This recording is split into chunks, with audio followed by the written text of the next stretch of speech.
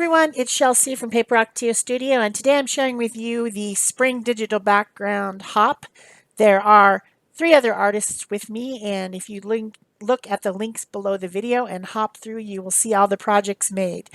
The projects are being made with backgrounds that each of us made and then scanned and digitally shared with each other. So we've printed them out.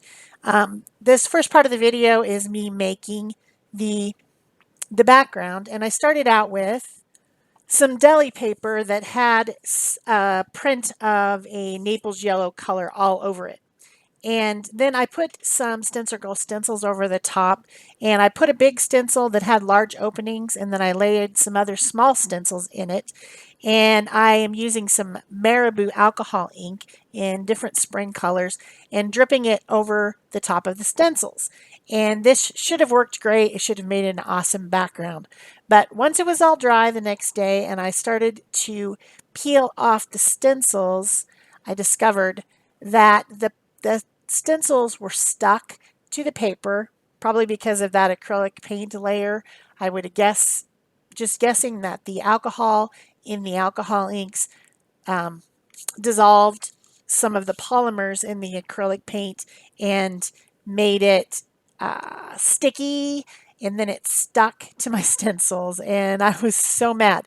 But what I ended up with is a pile of colorful pieces of deli paper with alcohol ink on them. And hey, don't ever give up. Don't give up. Even if your project didn't come out the way you wanted, just make the best of it. If life gives you lemons or pieces of paper, make lemonade or do a collage. So the next thing I did was to get out a half sheet of 140-pound watercolor paper, and I am collaging all these little bits that I tore off my stencils, which have pretty colors and designs on them. They're not bad or anything. They just weren't what I was expecting. And I'm collaging them all over this watercolor paper to make a new background so that I will have something to scan and share. The artists that are participating this year are Bea Grobe and Gina Ahrens. And then the new person this year is Martha from I Love to Paint. She has a background, and there's just 4 of us, and we do this hop and this exchange as part of the seasons. So of course today is the spring equinox, the beginning of spring, and so that's the reason why this is coming up as the spring digital background swap hop. Say that fast. So the next thing I did to my background, because now it was just kind of all over the place, it didn't have any real pattern to it, is I decided to do a type of doodling where you find images and shapes and interesting things on something that's very random, and then you highlight it. So instead of doing it with a black pen like you might think, I'm using a white acrylic paint pen. This is a Posca pen, and I'm drawing the lines where I find them and then blending them out using a water tank brush, and just finding shapes and highlighting them. There's a lot of botanical looking stuff, which is good because, spring, that's when the flowers are blooming. And so I'm finding those shapes. I'm highlighting them with the white, and then that will be what I will scan and share with my other artists in the hop. So I cut some of this out so you don't have to watch all of it. I have very difficult time squeezing all my processes for this project into 20 minutes, or approximately 20 minutes. Very difficult. So that was my background. Here's the other people. The first one was Bea, then the next one was Gina's, that one's Martha's, and that one's mine. They've been printed out onto with a laser printer, so they won't be affected by water or collage. Of course, I'm going to collage because that's what I do. Now this little drawing might seem familiar to you, and if you watched my video a couple days ago using the watercolor pencils from Arteza, this is the same free printable coloring page. Remember, I was talking about if you can't draw, or if you refuse to draw, it's not that you can't, it's that you don't want to. If you don't want to draw, you can find things online that are royalty free that you can print out. And one really fun one is to get digital printouts of coloring pages. And that's what this is. This is designed for, I guess, kids to color or for whoever wants to color. And I did do that other project with it where I made it a smaller size so that it fit into my watercolor notebook, my watercolor journal. This time I made it the size that it comes from the download, which is 8.5 by 11. And I transferred it onto my artboard, Canva board, which is like a canvas textured paper board for art. Comes in a pad. It's heavy thing, good for collage or things like that, mixed media. I'm really enjoying these, and I bought some a 6 pack of frames that go with them, and it's just I'm really enjoying them. So I wanted to start with the background first because I wanted to be able to let the paper touch into the design, so, and then I can collage over the top, and the lines will be covering those parts where the background pokes into the areas of the main images. I'm using some of Martha's background and some of Gina's background that is torn into little bits, and I'm collaging them on to the background of my piece using Liquitex matte gel medium. This is my preferred medium for attaching any types of paper. These are all going to be the same type of paper because it's all been printed out onto a laser printer, but it's kind of a heavy text weight, heavier than the cheap stuff that I use in my inkjet printer. I had my husband print these at work. Shh, don't tell.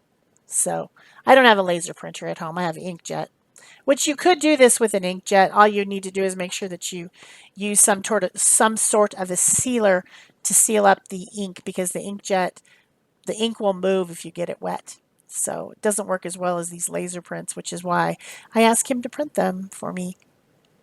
So I'm just filling up the whole background with these pieces of paper, trying to keep it lighter at the top and getting darker at the bottom. And then I'm going to actually change colors at the bottom so that it looks as if there's dirt. These flowers need to be growing out of dirt. Another thing that I did is on Martha's background, she had painted some like little vines with flowers, and I cut some of those out and added them to my composition on the sides and top so that her images would stay intact, her little painted flower vines. So then I'm going to be doing some paper painting style collage onto the rest of it, picking out from Bea's background, which was an amazing. I would have liked to just kept it whole. And of course, since I have a digital copy, I could print it out again and use it for something else because it's a really cool background. I think it's probably alcohol ink, and it's just maybe she did it on a UPO or some type of a plastic, and it's just a really cool, interesting, colorful background. But of course, I'm collaging, I'm tearing everything up, I'm picking out colors from different areas of both Bea's and mine that had more colors in it. This whole thing turned out to be a little bit less than springy. And the colors are kind of muted, but that's what I had to work with. So there's no super bright colors. There's, some yellows and pinks and purples, but they're almost fall-like, strangely. Because, I mean, the backgrounds themselves didn't look particularly fall-like, but then when I used them on my piece, they just seemed darker than I expected. Even mine, it was darker than I expected. I mean, I used really bright colors of alcohol inks, but by the time that whole process happened, a whole crazy process, which I would not repeat, there's still stuff stuck to my stencils, and I've even soaked them in Murphy's oil soap bath. I've soaked them overnight, and they're still. Yeah, I don't know if I'm going to be able to get that stuff off. If Murphy's oil soap in hot water does not soak it off, I don't know what will, but I'll keep working on them. I don't want to ruin my pretty stencils. So I've got some grass here at the bottom. I've got some leaves that I've worked on. Um, there's a couple different ways you can do this. And here I'm doing it a different way. I'm just going to use that transfer paper and make those flower shapes onto some deli paper. I like to do this, and then I collage uh, color fill paper over the deli paper and cut it out and then glue it on all as one piece, because deli paper is so thin, no one will even know it's under there. So that's what I'm doing with these larger flowers.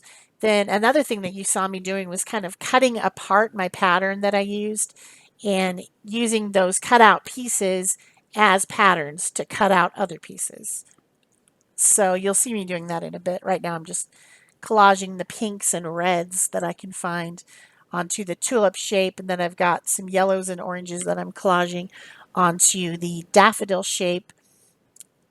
And when you compare the piece that I made a few days ago and the piece that I'm making now, using the exact same printed out images, they sure look different, don't they?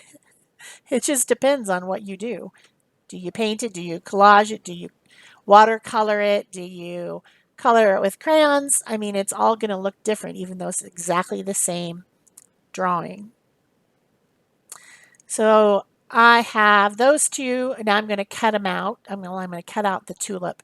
So why is this beneficial to do it in this technique? Well, you can get a very clean line if you cut something out. If I tried to collage that onto my background, I would need to be very, very careful and stay within the lines. This way, I already have the piece in the shape that it should be, but it's all collaged up with different colors and pattern because that's the way I did it. So it's a good technique. It's something I developed myself. I used to do paper painting by really carefully tearing everything and placing it so carefully, and it's really hard to tear something that's very thin. And so I started doing it this way, and it makes it a lot more easy. And as you can see, the background pieces that I've torn and collaged on are impeding into the drawing. I can still see where the drawing is. I can still see how to place my pieces, but in that way, I don't have to worry about the edges going around the background either. So it's ways to make life a little bit easier when you're doing this. So now I have the daffodil, but I can't glue the daffodil down yet until I do the other tulip, because this daffodil is in the front of the other tulip. So I just laid it there, and I'm going to work on the piece that is the tulip. I found a little vine leafy shape thing that was in my background, and so I just stuck it on there. I kept it whole. So here's the other tulip. I'm trying to use blues and then contrast it with a little bit of purple to try to make this tulip look different than the other one. But I didn't have a lot of color variation to work with on this. There was a lot of muted colors and not very many bright colors in all four of our backgrounds. I found that a little bit strange. It is strange. Because it's spring, they should be super bright, vibrant colors. I still like it. I just think it looks more like a fall bouquet. Except for there wouldn't be daffodils and tulips and crocuses and pansies and Johnny jump ups and all these things in the fall. They would be chrysanthemums and sunflowers and things like that instead. So now I've got my tulip. Still adding some stems. There's long skinny leaves in the background, and then there's more regular shaped ovalish shaped leaves in the foreground with the other flowers.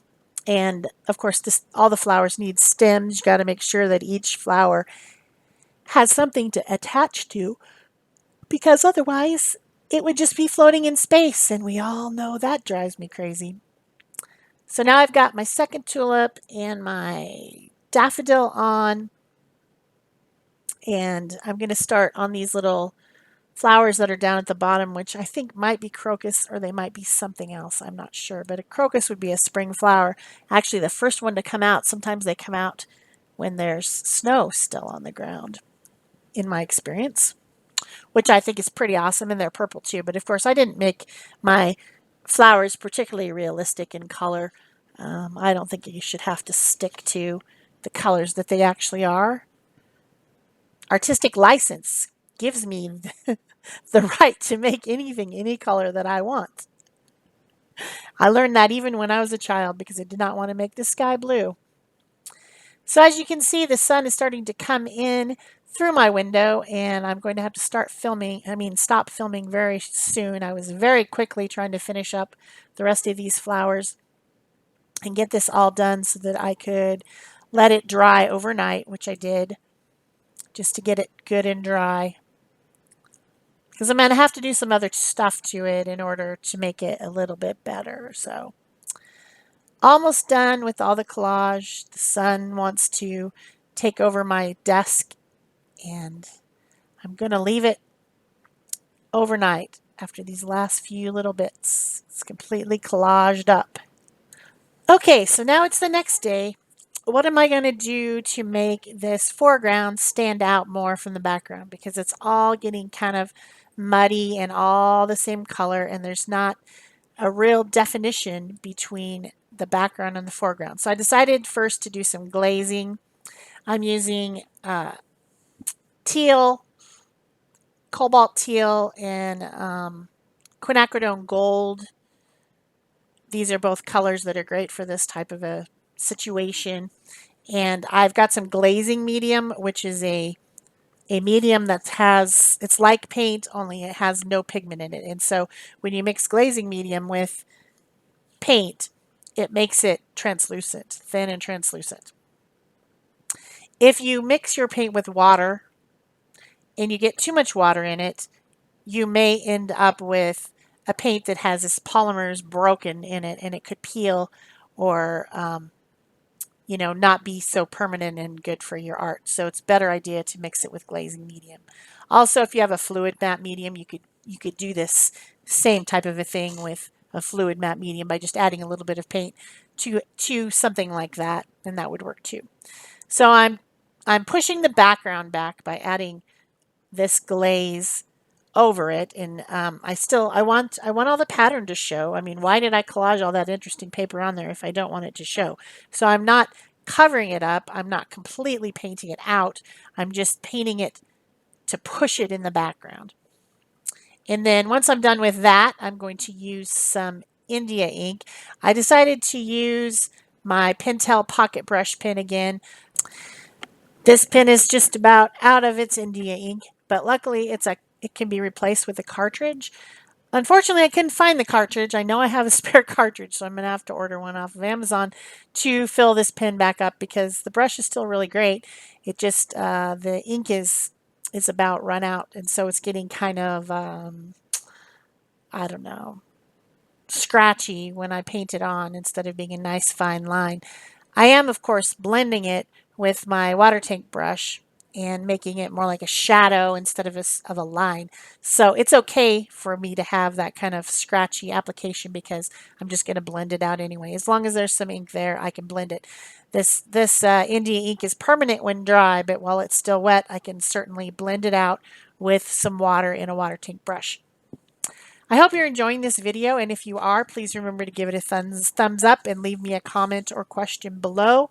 Please go and hop through the other three people's videos. It will be interesting to see what they did with the background that will be completely different from what I did. It always is. There's something completely different. We all have our own styles and interests, and that's what we tend to gravitate towards when we do these swaps. Also, you can share this on Pinterest or Facebook if you think somebody be interested in it. So that's always helpful. I will have the links to the products that I use below the video. And if you use any of those links, it gives me a few cents when you purchase something from one of those links. So that always is helpful too. So I'm just about done. Well, I am done apparently now because I sped this up really fast with the black, and now I'm going to put the highlights on with the white Posca pen. I am blending some of it, but not as much as I did with the black. At this point, I just want to be done with it, and so I'm quickly adding some highlights so that those flowers will stand out from the background.